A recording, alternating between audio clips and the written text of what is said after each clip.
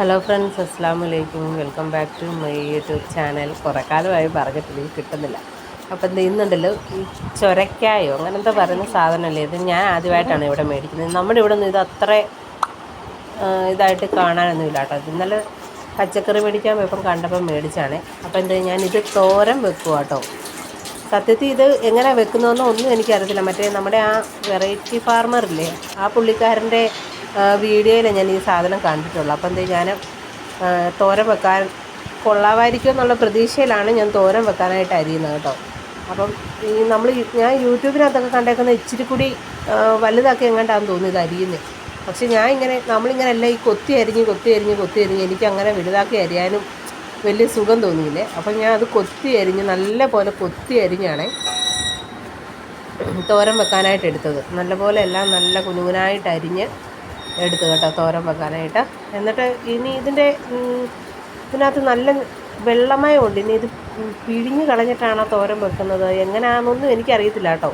ഞാനിപ്പോൾ ഇത് ആദ്യമായിട്ട് വെക്കുന്നത് കൊണ്ട് ഇത് മൊത്തം അരിഞ്ഞിട്ട് സാധാ നമ്മൾ വെക്കുന്ന പോലെ തന്നെ ചീനച്ചട്ടിയും വെച്ച് വെളിച്ചെണ്ണ ഒഴിച്ച് കടുകും പൊട്ടിച്ചിട്ട് ഞാനിത് അങ്ങോട്ട് കൊട്ടിയിടുവാട്ടോ ചെയ്തത്. എന്നിട്ട് ഇത് കടുക് പൊട്ടിക്കഴിഞ്ഞപ്പോഴത്തേക്കും ഞാനതങ്ങോട്ട് കൊട്ടിയിട്ടു. അത് കഴിഞ്ഞിട്ടാണ് പിന്നെ ഞാൻ സാധാരണ തോരൻ വെക്കുമ്പോഴത്തേക്കും ഇതിനകത്തോട്ട്, ഈ പച്ചക്കറിക്കകത്തോട്ട് തന്നെ ഞാൻ പച്ചമുളകും സബോളയും അരിഞ്ഞിടുകയാണ് ചെയ്യുന്നത്. എന്നിട്ട് തേങ്ങയും ചുരണ്ടി ഇട്ടിട്ടാണ് ഞാൻ എപ്പോഴും എല്ലാ തോരനും വെക്കുന്നത്. പക്ഷേ ഇതെനിക്ക് അങ്ങനെ വെച്ചാൽ എങ്ങനെ ഒക്കുവോ എങ്ങനെയാണെന്ന് അറിയത്തില്ല. ഇത് ആദ്യമായിട്ട് നമ്മൾ വെക്കുന്നത് കൊണ്ടേ ഞാൻ ഇതരിഞ്ഞിട്ട് മഞ്ഞൾ പൊടിയും ഉപ്പും കൂടെ ഇട്ട് അത് വേവിക്കാൻ വെച്ചു. കുരുക്കത്തിന് ഞാൻ വെള്ളം ഒഴിച്ചില്ലായിരുന്നു കേട്ടോ. അത് നല്ല കാര്യമായിട്ട് വെള്ളം കൂടെ ഒഴിച്ചിരുന്നെങ്കിൽ ഇത് പായസം പരുവായേനെ.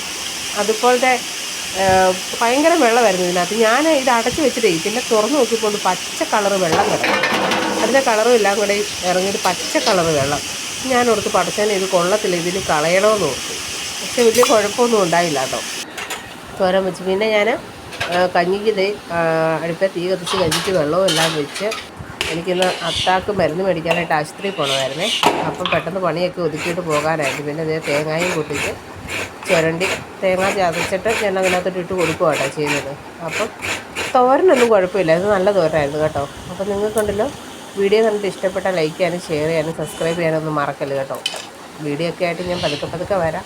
പിന്നെ അപ്പം ശരി, ബൈ. അച്ചാർ കൊള്ളായിരുന്നു കേട്ടോ.